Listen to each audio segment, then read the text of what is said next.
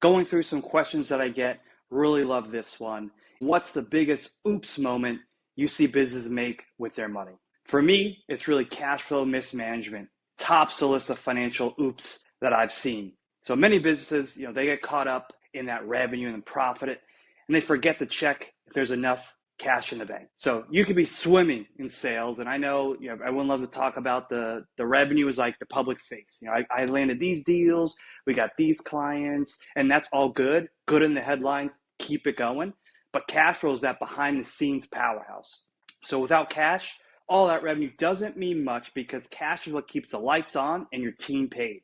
If you're a type of business that has receivables, accounts receivables where clients owe you money, and sometimes like, hey, I'll pay you next week, or et cetera, and things get delayed. Well, pretty soon you end up as a business, the bank to these folks. So you're lending them interest-free loans without really meaning to. And so when you're following up in these, you have to understand it's great, gotta be polite, gotta follow up, but understand what separates the business that make it and don't is actually collecting those receivables. So some proactive tips you could do is if you have folks that you have accounts receivable, you invoice them, they've got 30 days, 45 days, et cetera. You could potentially offer a small incentive for them to pay early. So you could say, hey, you get a 1% discount if you pay within 10 days.